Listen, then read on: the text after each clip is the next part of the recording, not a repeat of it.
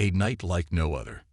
The night stretched on, cloaked in the deep stillness of the city outskirts. Stars glimmered faintly through a haze of drifting clouds, their light barely penetrating the fog that crept along the desolate highway.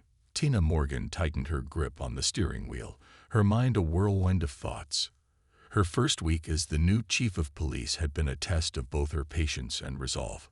She had expected challenges, but not the outright hostility she'd faced from some of her subordinates. Being a black woman in law enforcement was already a heavy cross to bear.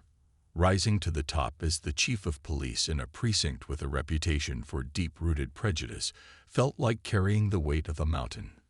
Tina knew she wasn't just battling individual biases. She was confronting an entrenched culture resistant to change.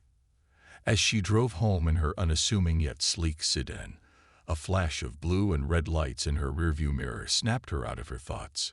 Her heart sank. The ominous wail of a police siren cut through the silence, commanding her to pull over. "Not tonight," Tina muttered under her breath, exhaling sharply. She guided her car to the shoulder of the road, the crunch of gravel under her tires loud in the quiet night. This wasn't her first experience being stopped without cause. She had lived this narrative far too many times. The expensive car, her brown skin, the late hour. It was a trifecta that triggered suspicion in the minds of far too many officers. Tina adjusted her rearview mirror, catching sight of two officers approaching her vehicle, their movements deliberate, hands resting lightly on their holstered weapons. Her pulse quickened, but she didn't panic. Years of facing racial profiling had taught her the art of composure. Tina reached for her glove compartment, retrieving her license and registration. Her movements were measured, careful not to give the officers any reason to escalate the situation. The older officer reached her window first. His face was weathered, with a sharp predatory glare that spoke of years spent in unquestioned authority. His badge identified him as Sergeant Donald Price. Behind him stood a younger officer, barely out of his 20s, his nervous eyes darting between Tina and his superior, as if unsure of his role in this encounter. "License and registration," Price barked, his voice devoid of pleasantries. There was no "ma'am," no polite request, just the demand of someone who had already made up his mind about her. Tina handed over the documents without protest, meeting his gaze with calm, unwavering resolve. She didn't speak, knowing that her words would likely fall on deaf ears. Price snatched the papers and walked back to the cruiser, leaving the younger officer standing awkwardly by her car. Minutes ticked by. Through her side mirror, Tina could see the officers huddled by their cruiser, her license held up under the dim interior light. She knew what was happening. They were running her information, searching for any excuse to justify this stop. Just another night, she murmured to herself, her voice tinged with bitter irony. When the two officers returned, their body language screamed distrust. Price leaned against her car, his posture imposing. "What brings you out here tonight?" he asked, his tone sharp. Tina's brows furrowed slightly. "I wasn't aware driving required an explanation, Sergeant," she replied, her voice calm but firm. Price's lips twitched, irritation flashing in his eyes. "We've had reports of suspicious activity in the area," he said. "Your car matches the description of a vehicle seen leaving the scene of a break-in." Tina's jaw tightened, but she maintained her composure. "Is that so? What's the description?" Price's expression faltered for a moment. "A dark sedan," he said, his voice less confident now. "A dark sedan," Tina repeated, her tone flat. "That's a bit broad, don't you think?" The younger officer shifted uncomfortably, glancing at Price for direction. Tina noticed his unease but didn't let it distract her. "We're going to need to search your vehicle," Price said, his voice regaining its authoritative edge. Tina's eyes narrowed. "You don't have probable cause, Sergeant. Unless you have a warrant, I'm afraid I can't let you do that." Price's face darkened, his irritation boiling over.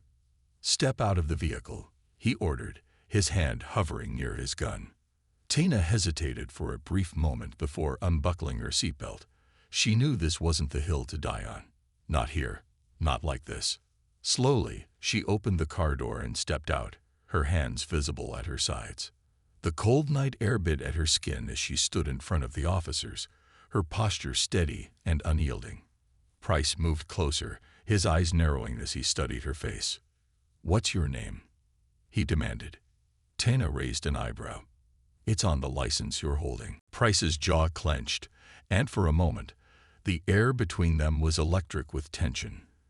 Then, as if deciding to assert his authority one final time, he reached for her wrist and twisted it behind her back. The sharp click of handcuffs echoed in the still night.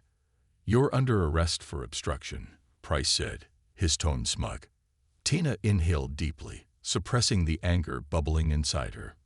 "You're making a mistake, Sergeant," she said, her voice low and steady. Price ignored her, motioning for the younger officer to search the car. The younger man hesitated but complied, his movements hesitant as he rifled through her belongings. Moments later, headlights cut through the fog, and another cruiser pulled up behind them.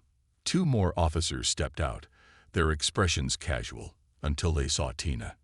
One of the new arrivals, a tall man with a commanding presence, froze in his tracks. His eyes widened in recognition, and his face turned pale. "Chief Morgan," he stammered, his voice tinged with disbelief. Price whipped around. Confusion etched on his face. "Chief who?" The tall officer stepped forward, his posture stiff. "She's the new chief of police," he said, his tone filled with a mixture of awe and horror. Price's smirk vanished. He looked at Tina, then at the handcuffs on her wrists. His face drained of color as the weight of his actions began to sink in. Tina said nothing, her eyes locked on Price's face. The moment stretched on, heavy with unspoken words. Finally, the tall officer spoke again, his voice cutting through the silence. "Sergeant Price, remove those cuffs. Now." Price hesitated, his hand trembling as he reached for the key. As the cuffs fell away, Tina brought her arms forward, massaging her sore wrists. She didn't look at Price. She didn't need to. "Sergeant," she said, her voice calm but razor-sharp, "you and I are going to have a very serious conversation tomorrow." Dismissed. Price opened his mouth to protest but thought better of it. He nodded stiffly, motioning for the younger officer to follow him back to their cruiser. As the two men drove away, the tall officer turned to Tina, his face etched with regret. "Chief Morgan," he began, his voice apologetic. Tina held up a hand, silencing him. "Save it," she said, her tone firm. "We'll address this in the morning." She climbed back into her car, the fog swallowing her as she drove off into the night. This was just the beginning, and Tina Morgan was ready for the fight ahead. The aftermath. The next morning, the precinct buzzed with an undercurrent of tension that was impossible to ignore. News of the previous night's encounter had spread like wildfire, leaving officers whispering in corners and exchanging nervous glances as they awaited the inevitable fallout.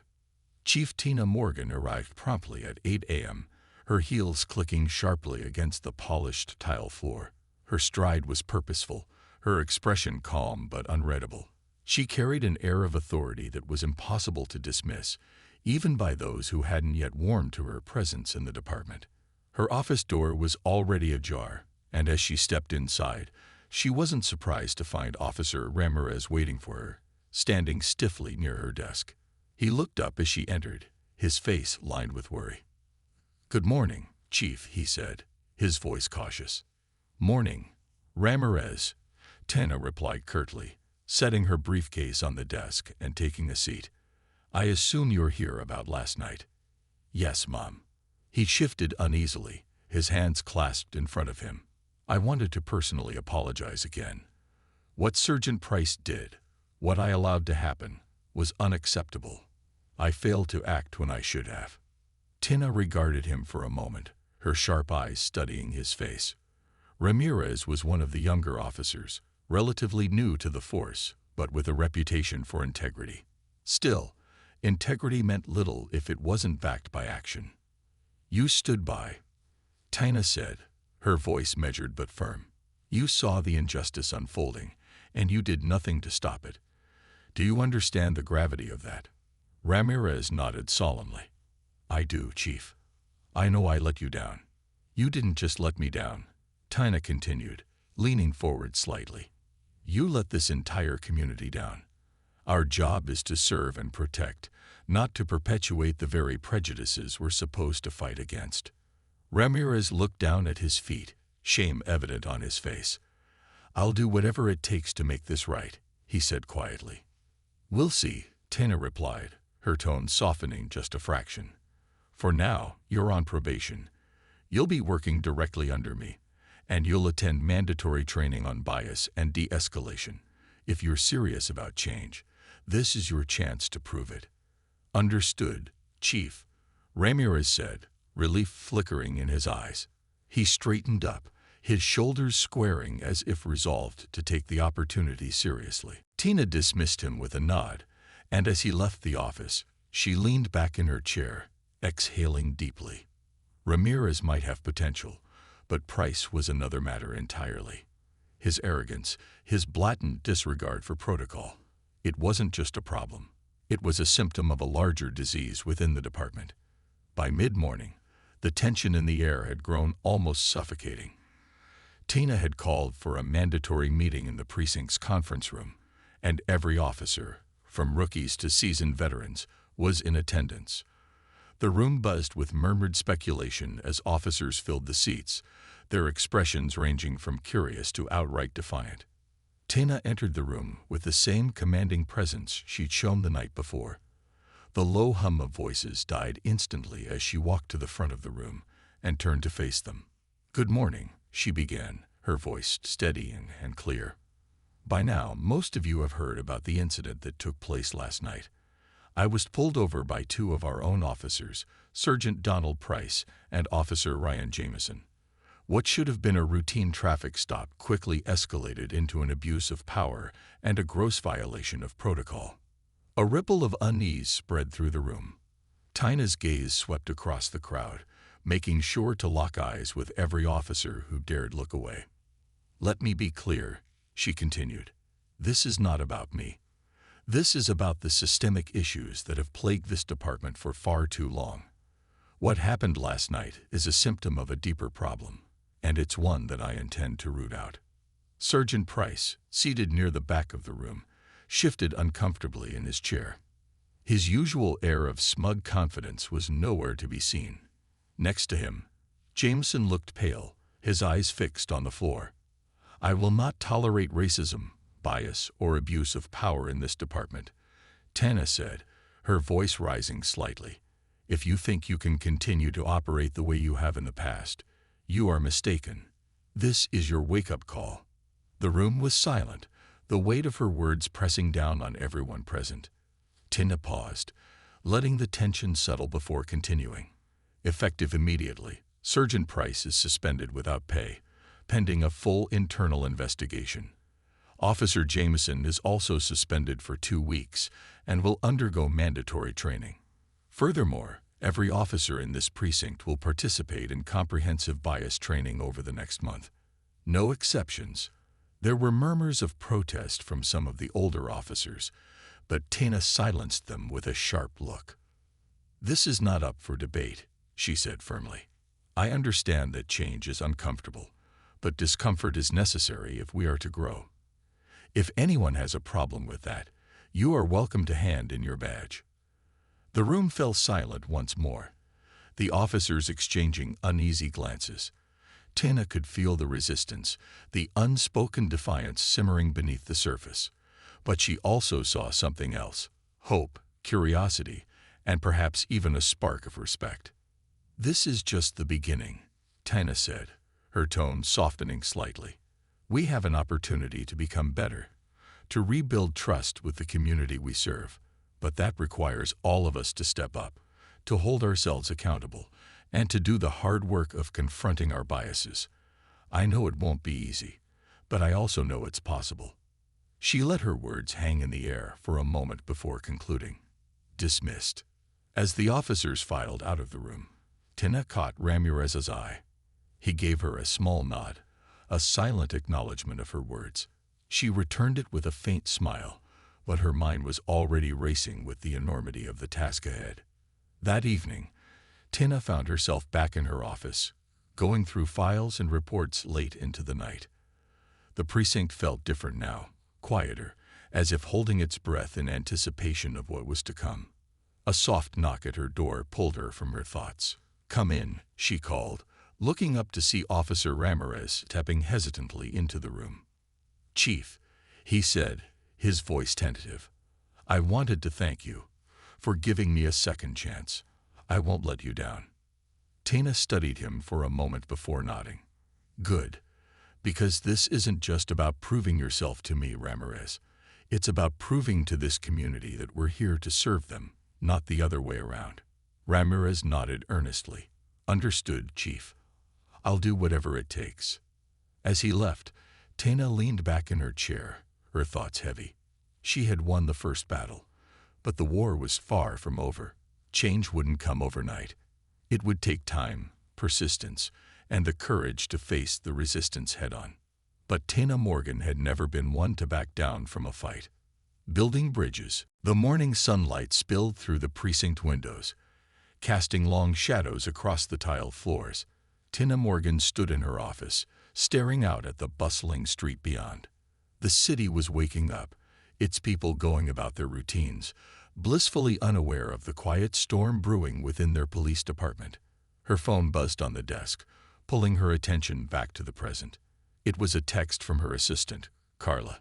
"Meeting with community leaders at 10 a.m. Tina sighed, rubbing her temples. Today wasn't just about cleaning house within the department. It was about rebuilding trust with the community. She knew the path ahead was fraught with obstacles. Trust, once broken, was not easily repaired, and for many in the city, trust in the police had been shattered for generations. At 9:45 a.m., Tina made her way to the precinct's community room. The space had been set up for the meeting. A semicircle of chairs arranged around a small podium. Several officers were already present, including Officer Ramirez, who stood near the back, shifting nervously. Tina had insisted that a few officers from each division attend these sessions, hoping to foster a dialogue that went beyond the walls of the precinct. The community leaders began arriving soon after. They were a diverse group: pastors, activists, small business owners, and educators, all united by a shared concern for their neighborhoods. Tina recognized a few faces from news segments and town hall meetings. Among them was Reverend Curtis Shaw, a towering man with a booming voice and a reputation for challenging authority. "Chief Morgan," Reverend Shaw greeted her, his tone measured but not unfriendly. "Thank you for inviting us." "Thank you for coming, Reverend," Tina replied, extending her hand. "I'm hoping we can have an honest conversation today." Shaw raised an eyebrow, a faint smile tugging at the corner of his lips. "Honesty's never been my problem, Chief." The room filled quickly, and Tina stepped to the podium as the clock struck 10. She scanned the faces before her, noting the skepticism in many of their eyes. She couldn't blame them. The system had failed them too many times. "Good morning," she began, her voice steady. "Thank you all for taking the time to meet with me today. I know trust between this precinct and our community has been strained, to say the least. I won't stand here and make empty promises or excuses. What I will say is that I'm here to listen and to work with you to rebuild what's been broken." A murmur of approval rippled through the crowd, though Tina could see that some remained unconvinced. Reverend Shaw stood, his imposing frame commanding attention. "Chief, I appreciate your willingness to engage," he said, his deep voice carrying across the room. "But words alone won't fix what's wrong. My community is tired of being over-policed and underprotected. We've seen too many lives ruined by this system. So my question is, what are you actually going to do to change things?" Tina nodded, meeting his gaze. "That's a fair question, Reverend. And you're right. Words aren't enough. That's why I've already started implementing changes within the department. We're rolling out mandatory bias training for all officers, and I've initiated an internal review of all past misconduct complaints. But I know that's just the beginning. I need your input to ensure we're addressing the issues that matter most to this community." Shaw considered her words, his expression thoughtful. "It's a start," he admitted, "but I'll be holding you to that, Chief." The meeting continued, with community members sharing their grievances and concerns. Tina listened intently, taking notes as they spoke. She heard stories of harassment, neglect, and fear, stories that mirrored her own experiences as a young black woman navigating a world that often viewed her as a threat. When the meeting finally concluded, Tina felt both exhausted and energized. The road ahead was daunting, but she was determined to forge a path forward. Back in her office, Tina sifted through the notes she'd taken during the meeting. One point that kept coming up was the need for more officers who actually lived in the neighborhoods they served. The community wanted to see familiar faces in uniform, people who understood their struggles because they shared them. Tina leaned back in her chair, her mind racing. Recruitment had always been a challenge, but maybe this was an opportunity to do things differently. She picked up the phone and dialed Carla. "Carla, I need you to set up a meeting with the recruitment team," Tina said as soon as her assistant answered. "I want to talk about increasing our outreach efforts in underserved communities." "Got it, Chief," Carla replied. "Anything else?" "Yes," Tina said, glancing at the clock. "And let Sergeant Price know I want to see him in my office." Carla hesitated. "You sure about that? He doesn't seem like the cooperative type." "I'm sure," Tina said firmly. "Send him in." A few minutes later, there was a knock at her door. "Come in," Tina called out. Sergeant Price stepped inside, his demeanor a mix of defiance and unease. He didn't bother to hide his disdain as he took a seat across from her desk. "Sergeant," Tina began, her tone icy, "I wanted to have this conversation face to face. You've been suspended pending the outcome of the investigation into your conduct. But I want to make something clear. Even if you manage to hold onto your badge, you will not be returning to the same role. The days of unchecked authority and biased policing are over." Price leaned back in his chair, his arms crossed. "Is that so?" "Yes," Tina replied, her gaze unwavering. "And if you can't adapt to this new era, you won't have a place in this department." Price smirked, though it lacked the confidence he usually exuded. "You think you can change this place? Good luck. The system's bigger than you, Chief." Tina leaned forward, her eyes blazing. "You're right. The system is bigger than me, but it's not unchangeable. And I'd rather go down fighting than stand by and let it destroy more lives. If you're not part of the solution, Sergeant, you're part of the problem. Now, if you'll excuse me, I have work to do." Price stood, his expression unreadable, and walked out without another word. Tina watched him go, her resolve hardening. She knew there would be more battles like this one, but she was ready. Change wouldn't come easily, but it would come, and she wouldn't stop until it did. Later that evening, Tina visited one of the neighborhoods most impacted by over-policing.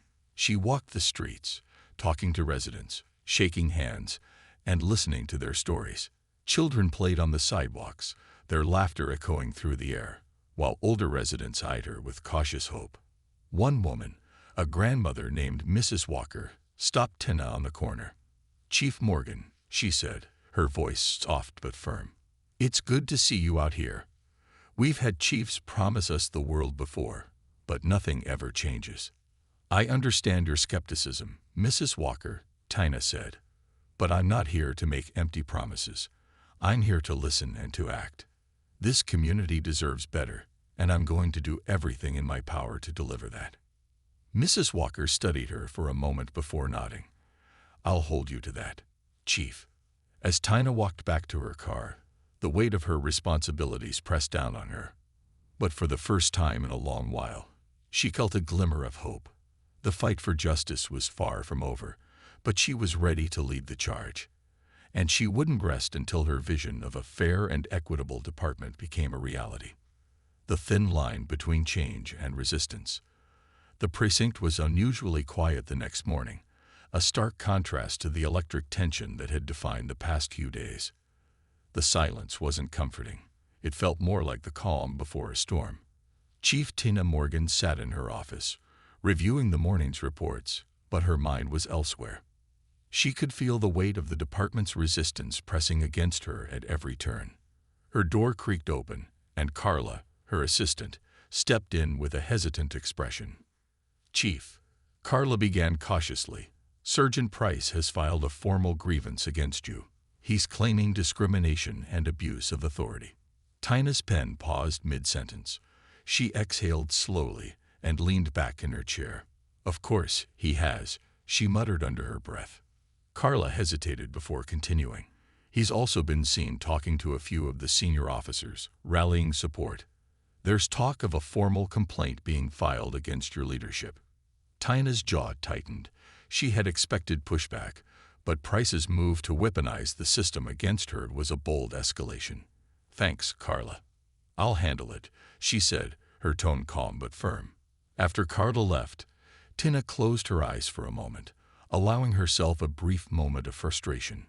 She had spent her entire career walking a tightrope, balancing the expectations placed on her as a black woman in law enforcement with her personal mission to dismantle the systemic biases ingrained in the profession. And now, even in her highest position yet, the fight was far from over. With renewed determination, she stood and grabbed her blazer. If Price and his allies wanted a fight, she wasn't going to back down. But first, she had an appointment to keep, a meeting with the Internal Affairs Division. The Internal Affairs Office was housed in an older part of the building, its walls adorned with faded plaques and outdated posters about police ethics. Tina was greeted by Captain Meredith Stokes, a middle-aged woman with a no-nonsense demeanor and a reputation for impartiality. "Chief Morgan," Captain Stokes said, gesturing toward a chair in her modest office. "I've reviewed the grievance filed by Sergeant Price. It's interesting." Tina raised an eyebrow. "Interesting how?" Stokes leaned back in her chair, folding her hands. "His claims lack substantive evidence. He's alleging that your actions are racially motivated, but given the context of the incident, it's clear he's trying to deflect from his own misconduct." Tina nodded. "I appreciate your candor, Captain. I expected this kind of pushback, but I need to know, do you think this will gain traction with the department?" Stokes frowned, her gaze thoughtful. "It might, but only with those who already feel threatened by your leadership. Change is hard, Chief. You're challenging a culture that's been entrenched for decades. There are officers here who will see that as an attack on them personally, rather than an opportunity for growth." Tina sighed. "I don't intend to back down. This department needs to change, and I'm not going to let a handful of bad actors derail that." "Good," Stokes said, her tone approving. "Because we need leaders like you. I'll be conducting a formal review of Price's actions, as well as his grievance. If he thinks he can weaponize internal affairs against you, he's in for a rude awakening." Tina allowed herself a small smile. "Thank you, Captain. Let me know if there's anything I can do to support your investigation." Stokes nodded. "You already have." Later that afternoon, Tina called a meeting with her command staff. The conference room was packed with lieutenants, captains, and senior officers, many of whom had served under previous chiefs who were content to maintain the status quo. Tina could feel the tension as she entered the room, the conversations dying down as all eyes turned to her. "Good afternoon," she began, her voice steady and confident. "I've called this meeting to address the grievance filed by Sergeant Price and the rumors circulating about my leadership." The room remained silent, the officers exchanging wary glances. Tina continued, her gaze sweeping over them. "Let me make one thing clear. My goal as chief of police is not to punish or alienate anyone. My goal is to build a department that this community can trust. That requires accountability, fairness, and a willingness to confront uncomfortable truths." One of the older lieutenants, a man named Stevens, cleared his throat. "With all due respect, Chief, some of us feel that these changes are happening too fast. The department has operated a certain way for a long time, and sudden shifts can cause more harm than good." Tina met his gaze, her expression unwavering. Lieutenant Stevens, change is never easy, and yes, it can be disruptive. But maintaining the status quo is not an option when it means perpetuating harm. Our community is demanding better from us, and they deserve better. It's our responsibility to rise to that challenge. Another officer, Captain Larson, spoke up. Chief, I understand your vision, but there's a lot of resentment brewing among the rank and file. Some feel they're being unfairly targeted. Tina nodded, acknowledging his point. I'm aware of that, Captain, and I intend to address those concerns. But let me be clear. Accountability is not targeting.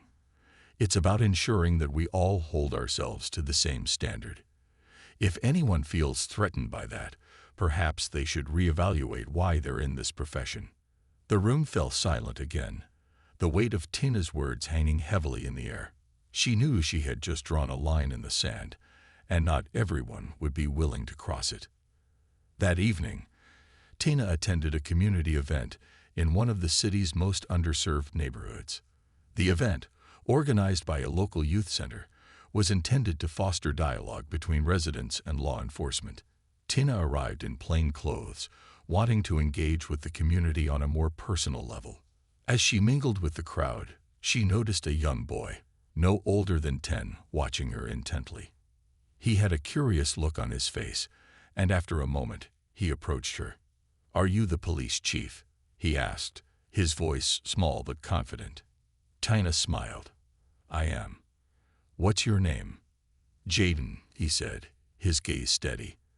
"Are you gonna make the police stop being mean to us?" The question hit Tina like a punch to the gut. She crouched down to his level, meeting his eyes. "I'm going to do everything I can, Jaden," she said sincerely. "But I can't do it alone. I need people like you to keep speaking up, to keep telling the truth. Can you do that for me?" Jaden nodded solemnly. "Okay." As he walked away, Tina felt a renewed sense of purpose. This wasn't just about policy changes or disciplinary actions. It was about restoring hope to a community that had lost faith in the system. And for Jaden, for Mrs. Walker, for every person who had ever been wronged, Tina vowed to keep fighting. Back at the precinct, as the city settled into the stillness of night, Tina sat at her desk, going over recruitment strategies and training proposals. The work was endless, but she embraced it. Every report, every meeting, every hard conversation brought her closer to the change she envisioned. Her phone buzzed, and she saw a text from Ramirez. "Chief, just wanted to say thanks for giving me a chance. I won't let you down." Tina smiled faintly, her resolve hardening. She knew the path ahead would be difficult, but she wasn't walking it alone. Slowly but surely, allies were emerging, and with them, the promise of a brighter future for the department and the community it served. Fault lines and alliances, the precinct was buzzing with subdued energy, the kind that signaled the brewing of something bigger. Whispers drifted through the halls, officers exchanging rumors about disciplinary reviews, community demands, and the still lingering fallout from Sergeant Price's grievance. Chief Tina Morgan felt the weight of those whispers as she strode purposefully into the conference room, where her leadership team awaited her. Tina's entrance silenced the murmurs instantly. She was flanked by Carla, her ever-efficient assistant, and Captain Meredith Stokes from Internal Affairs. The room was full. Lieutenants, captains, and a smattering of sergeants sat at the long table, their expressions ranging from guarded curiosity to open resentment. "Good morning," Tina began, her voice even but firm. "I've called this meeting to update you on the status of our internal reviews, particularly regarding misconduct allegations and systemic issues within this department." She scanned the room, making eye contact with several key figures. Most held her gaze, though a few looked away, their discomfort palpable. "We've made progress," Tina continued, her tone steady. "Captain Stokes will share the results of her preliminary findings." Stokes stood, a thick folder in her hands.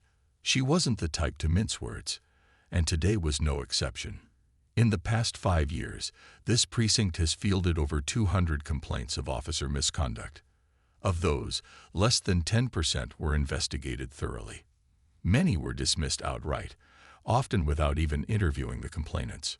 A ripple of unease passed through the room, though no one spoke. Stokes pressed on.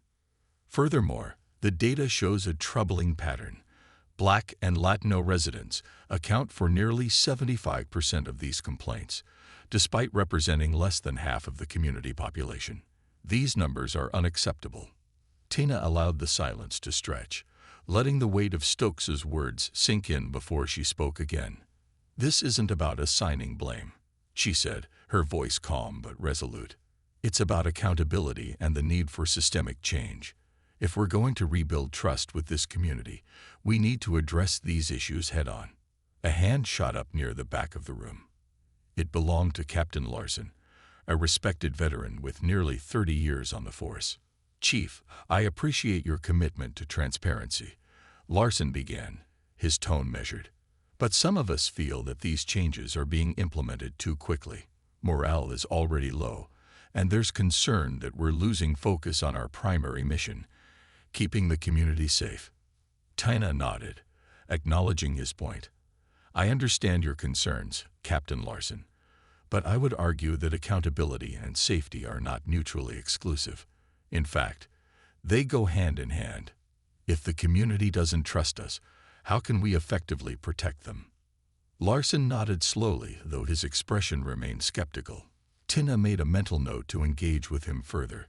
He was a respected voice among the officers, and winning his support could tip the balance in her favor.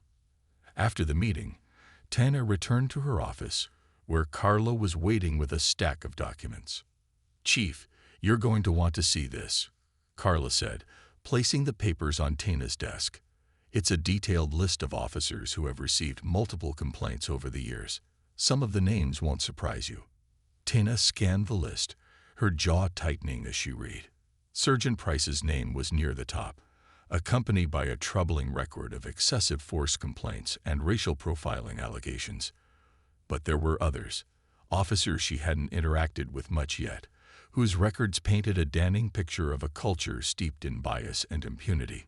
"Carla, I want to prioritize these cases," Tina said, tapping the list. "Anyone with 3 or more complaints in the past 5 years needs to be reviewed immediately. Start pulling their personnel files." Carla nodded, her expression serious. "On it, Chief, but you should know, there's already pushback brewing from some of the senior staff. I overheard a few of them talking in the break room earlier. They're calling this a witch hunt." Tina exhaled sharply. "Let them talk. I didn't take this job to win a popularity contest." That evening, Tina attended a town hall meeting in one of the city's most underserved neighborhoods. The event was held at a local community center, and the room was packed, residents spilling into the aisles, their faces a mix of skepticism and cautious hope.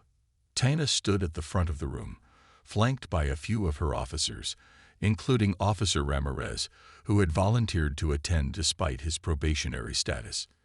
Tina appreciated his commitment and hoped it would rub off on some of his peers. "Thank you all for coming," Tina began, her voice carrying over the crowd. "I know many of you have concerns about this department and its relationship with the community. I'm here to listen and to answer your questions honestly." The first speaker was a middle-aged woman named Mrs. Holloway, who recounted an incident in which her teenage son had been detained by officers for loitering outside a convenience store. "He wasn't doing anything wrong," she said, her voice trembling with emotion. "But they treated him like a criminal.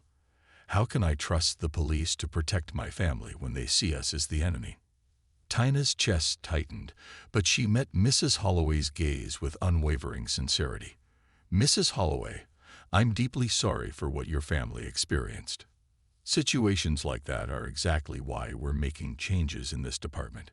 It won't happen overnight, but I'm committed to ensuring that every officer treats every resident with the respect they deserve."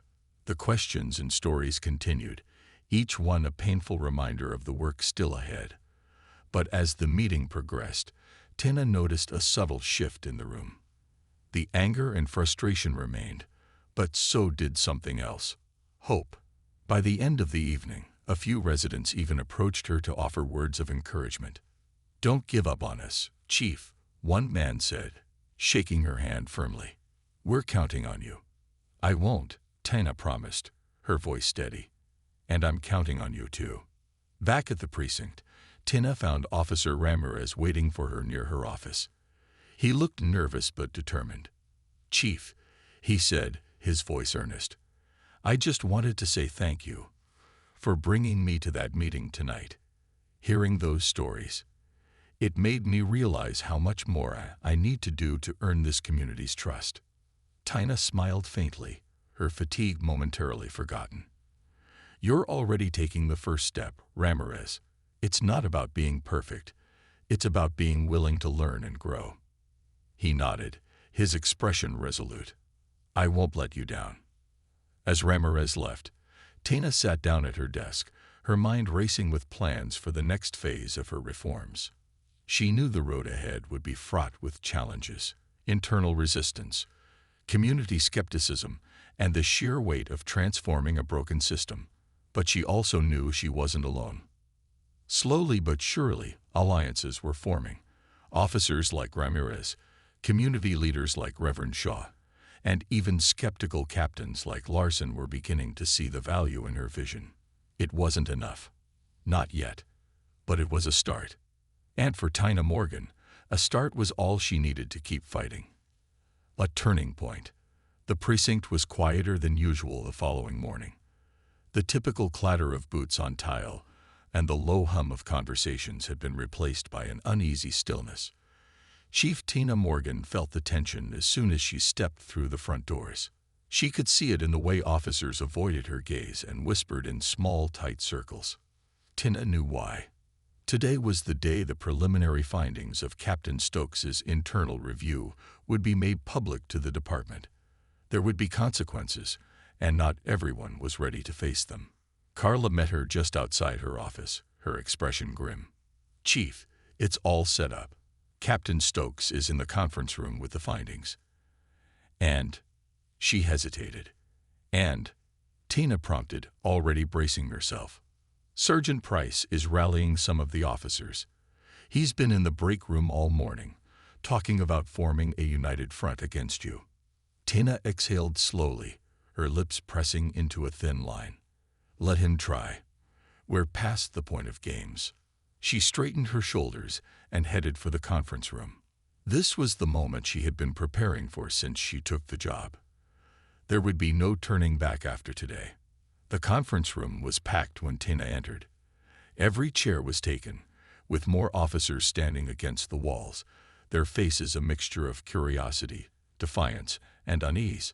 Sergeant Price was seated near the back, flanked by a few of his loyalists, his arms crossed and a smug expression plastered across his face. Captain Stokes stood at the front of the room, her thick binder resting on the table in front of her. She nodded to Tina as she entered, a silent acknowledgement of the weight of the moment. Tina stepped to the podium, her gaze sweeping across the room. She didn't flinch when her eyes met Price's. Instead, she held his gaze, her expression unyielding. "Good morning," she began, her voice steady.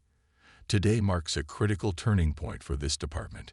Captain Stokes has completed her preliminary review of misconduct complaints and systemic issues within our ranks. The findings are not easy to hear, but they are necessary if we are to rebuild trust with the community we serve." She gestured for Stokes to take over. The captain stood, flipping open the binder as she addressed the room. "Over the past several weeks, my team and I have reviewed hundreds of complaints, disciplinary records, and use of force reports." Stokes began. "What we found is deeply troubling. Patterns of excessive force, racial profiling, and a lack of accountability have been pervasive within this department for years." The room buzzed with murmurs, but Stokes pressed on.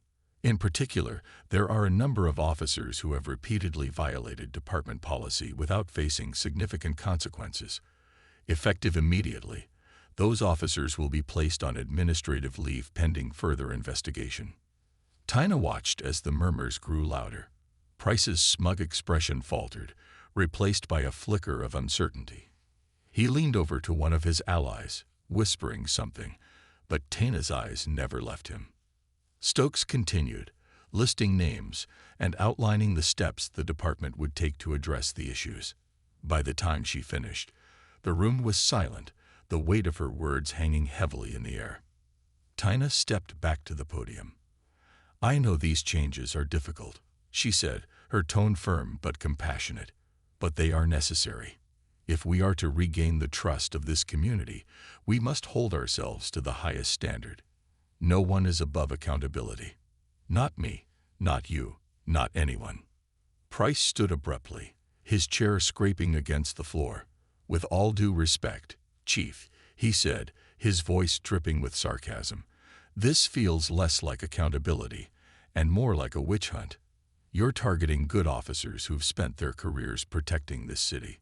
Tina met his gaze, unflinching. "Protecting the city," she echoed, "or protecting themselves? Sergeant Price, your record speaks for itself. The complaints against you are not isolated incidents. They are a pattern of behavior that has no place in this department." Price's face reddened, but before he could respond, Captain Larson stood. "Sergeant Price," Larson said, his voice calm but firm, "you're out of line. The chief's right. This department has needed change for a long time. Maybe it's time we stop resisting and start listening." The room buzzed again, but this time the energy was different. Tina could see the shift happening. Officers exchanging looks, some nodding subtly, others clearly reconsidering their stance. Price scowled but said nothing.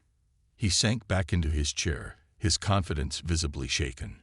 Later that afternoon, Tina met with Reverend Shaw and a few other community leaders to discuss the next steps in building trust. The meeting was held in the precinct's newly renovated community engagement room, a space Tina had insisted on creating to foster better relationships between officers and residents. "Chief Morgan," Shaw began, his tone less confrontational than it had been in previous meetings, "I have to admit, I wasn't sure about you when you first took this job. But what you've done in just a few weeks, it's a start." "Thank you, Reverend," Tina replied. "But there's still a long way to go. I can't do this alone. I need your help to keep the lines of communication open." Shaw nodded. "You'll have it. But I'm holding you to your word, Chief. This community needs to see real, lasting change." "They will," Tina promised. That evening, as the precinct emptied out and the city settled into its nightly rhythm, Tina sat alone in her office. The day had been a turning point, but she knew the fight wasn't over. Resistance would remain, both within the department and beyond it. But for the first time, she felt a glimmer of real hope. Her phone buzzed on the desk. It was a text from Officer Ramirez. "Chief, I wanted you to know. Some of us are starting to see it. The change. Thank you for leading the way." Tina smiled faintly, her resolve hardening. The road ahead would be long and difficult, but she was ready. She hadn't just taken this job to wear a title. She'd taken it to make a difference. And as she turned off the lights and locked her office for the night, she felt a renewed sense of purpose. This was just the beginning. The precinct wasn't just changing. It was transforming. And so was she.